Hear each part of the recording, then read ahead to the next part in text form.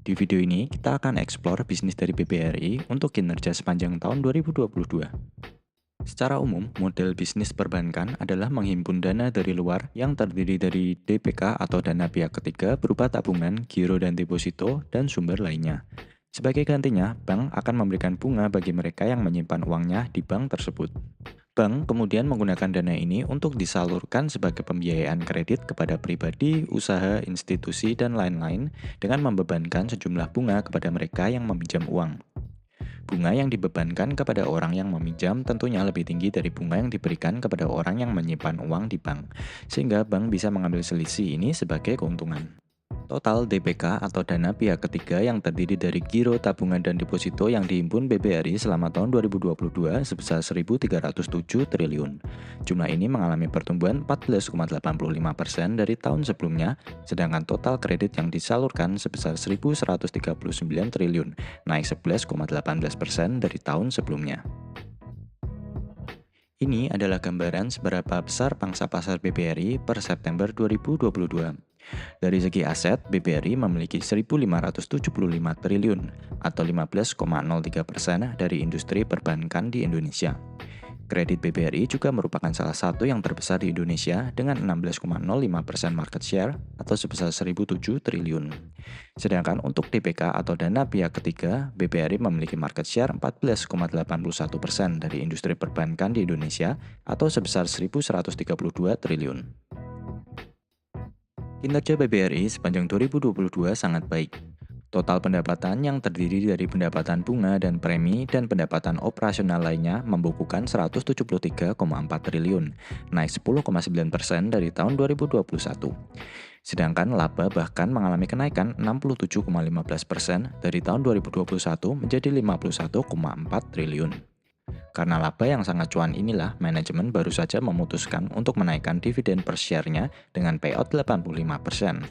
Ini adalah hal yang sangat dinantikan bagi para investor dividen. Komponen terbesar dari pendapatan BBRI sepanjang 2022 adalah dari net interest income atau pendapatan bunga dan premi. Dari total pendapatan yang sebesar 173,4 triliun, sebesar 126,17 triliun berasal dari net interest income dan premi. Untuk 2022, kontributor terbesar dari net interest income berasal dari segmen mikro dengan 46,4%, kemudian consumer dengan 14,9%, small medium enterprise 86%, lain-lain 10,1%, dan entitas anak dengan 19,9%. Fokus bisnis dari BBRI jelas ada di segmen pembiayaan mikro atau UMKM. Ini adalah grafik pertumbuhan antar segmen dari 2021 ke 2022. Segmen mikro mengalami kenaikan dari 51,8 triliun di 2021 menjadi 59,3 triliun di tahun 2022. Segmen konsumer naik dari 16,6 triliun di 2021 menjadi 19 triliun di 2022. Segmen small medium enterprise juga naik dari 8,8 triliun di 2021 menjadi 11 triliun di 2022. Segmen korporasi merupakan satu-satunya segmen yang merugi karena restrukturisasi akibat pandemi dari 3 triliun di 2021 menjadi minus 1,7 triliun di 2022. Segmen lain-lain turun dari 15,3 triliun di 2021 menjadi 12,9 triliun di 2022. Segmen entitas anak naik dari 19,3 triliun di 2021 menjadi 25,4 triliun di 2022. Ini adalah rasio-rasio wajib yang digunakan sebagai indikator kinerja dari bisnis perbankan.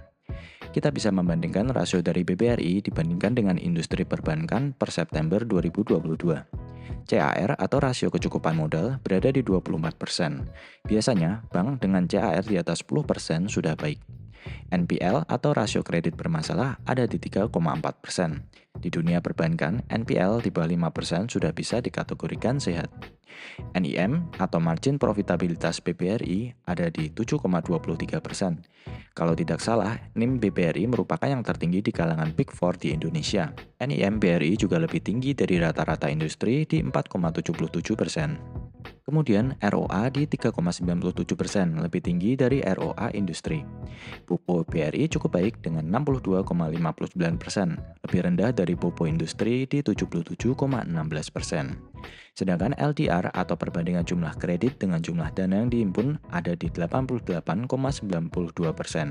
Semakin tinggi rasio ini mencerminkan akselerasi manajemen yang semakin maksimal dalam penyaluran kredit.